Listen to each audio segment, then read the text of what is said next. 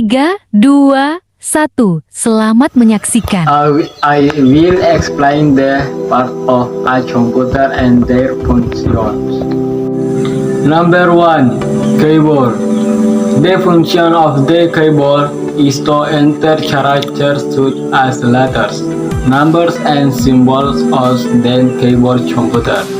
Number 2. Mouse. The function of the mouse is that the function of the mouse is to provide the input in the form of commands to computer programs. Usually the display of this image is an arrow or it can be colored. Number 3. Scanner.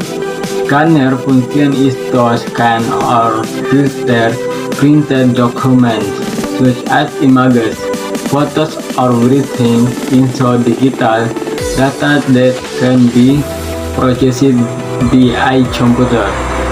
Number 4. InFocus. The InFocus function is to display images visuals from data processing.